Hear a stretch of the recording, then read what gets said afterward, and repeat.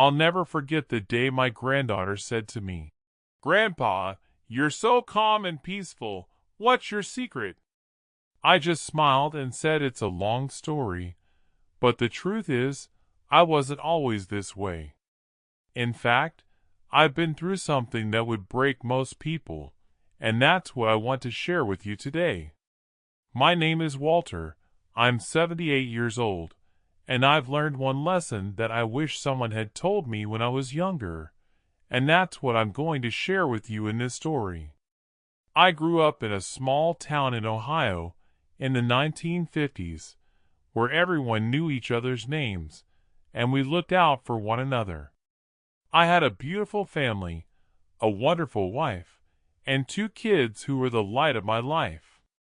We had a small farm just outside of town, where we grew our own food and raised some animals. It was a simple life, but it was rich in love and connection. My wife, Sarah, was the most kind-hearted person I've ever met, and she had a way of making everyone feel welcome and included. My kids, Emily and James, were the reason I got up every morning, and I would do anything to provide for them and give them a better life. But here is what I never told anyone, not even my family. We were struggling financially, and I had to work multiple jobs just to make ends meet. I was a farmer, a mechanic, and a handyman all at the same time. I would wake up at 4 a.m. every day, work on the farm until noon, and then head to the garage to fix cars until evening. I was exhausted, but I didn't care, because I was doing it all for my family. Sarah would help me with the farm work, and she was always there to support me, no matter what. We were a team, and we worked together to build a life for ourselves and our kids. But then disaster struck. A big storm came through our town, and it destroyed our farm. We lost everything: our home, our crops, our animals. We were left with nothing. I was devastated, and I didn't know how I was going to provide for my family. I felt like I had failed them, and that was the hardest thing to bear. I remember the day the storm hit. It was like a nightmare come true. The winds were so strong, they knocked down trees and power lines, and the rain was so heavy, it flooded our fields. We huddled together in the basement, listening to the storm rage on, and wondering what the future held. But here is what I never told anyone, not even my family. I made a mistake that day, a mistake that would haunt me for years to come.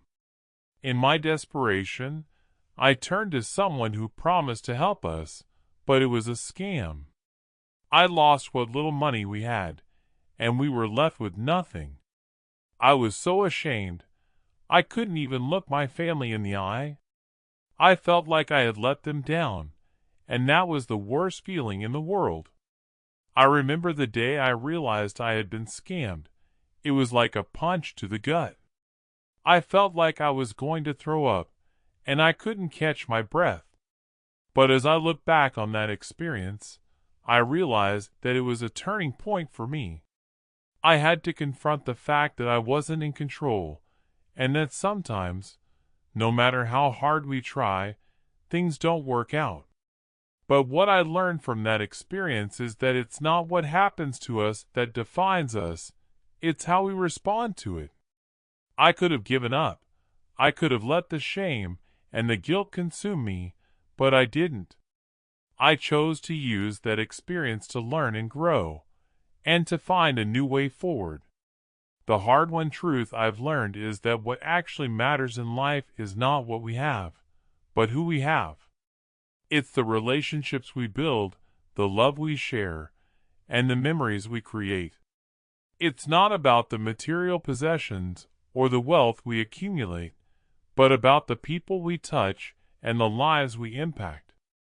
I've learned that true happiness and fulfillment come from within, and that we have the power to choose how we respond to any situation. I've also learned that forgiveness is key, forgiveness of ourselves and others, and that holding on to anger and resentment only hurts us in the end. But here is what I never told anyone, not even my family. It took me years to forgive myself for that mistake, years to let go of the shame and the guilt. But when I finally did, I felt a weight lift off my shoulders, and I was able to move on. I was able to rebuild my life, and to find a new sense of purpose. I started volunteering at a local soup kitchen, and I found joy in helping others. I realized that I wasn't alone, and that there were many people who were struggling just like I was. Now, back to my granddaughter's question, what's my secret? It's that I've learned to let go of what doesn't matter, and to focus on what does. I've learned to appreciate the little things in life, and to find joy in the everyday moments. I've learned to love myself, and to forgive myself for my mistakes. And that's what I want to pass on to you, the lesson that I've learned from my experiences. I want you to know that no matter what you're going through, you are not alone, and that you have the power to choose how you respond to any situation. So, if you want to hear more stories like this and learn from my experiences, please subscribe to my channel and let's grow together. As I look back on my journey, I realize that it's been a path of growth, of self-discovery, and of learning to rise above the challenges that life has thrown my way. I've had my fair share of struggles, of moments when I felt like giving up, when the darkness seemed to be closing in around me.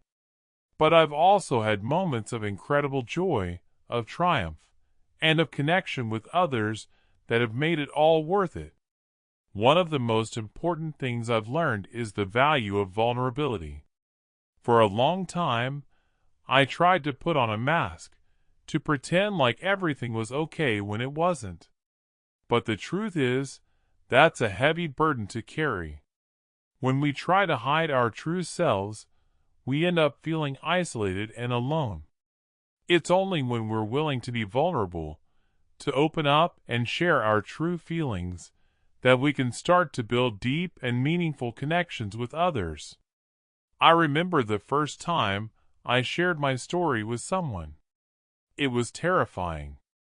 I was afraid of being judged, of being rejected, of being seen as weak.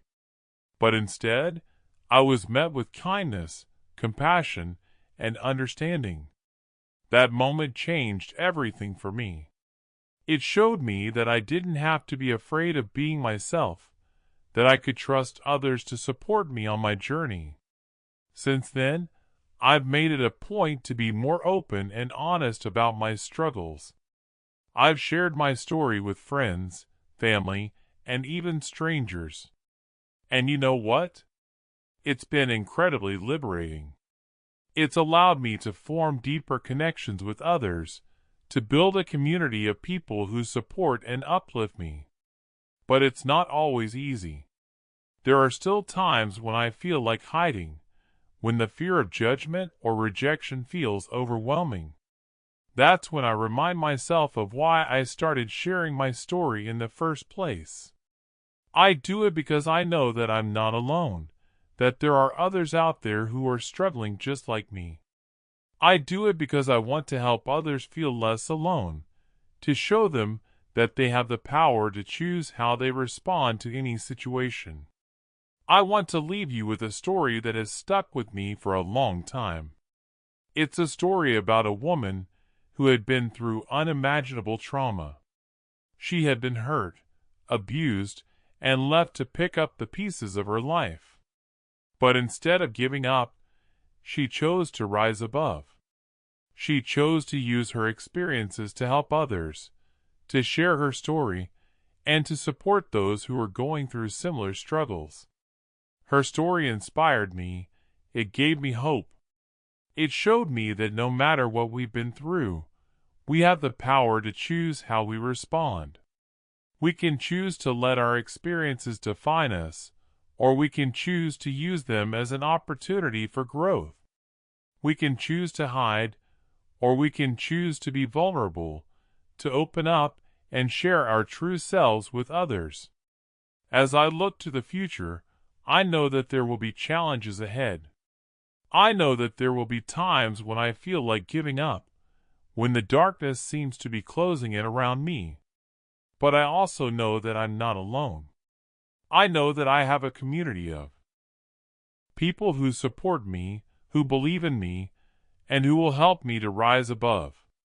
And I want you to know that you have that too. You have the power to choose how you respond to any situation, to choose how you want to live your life. So let's do it together, let's rise above, and let's create a life that is filled with purpose, meaning, and connection.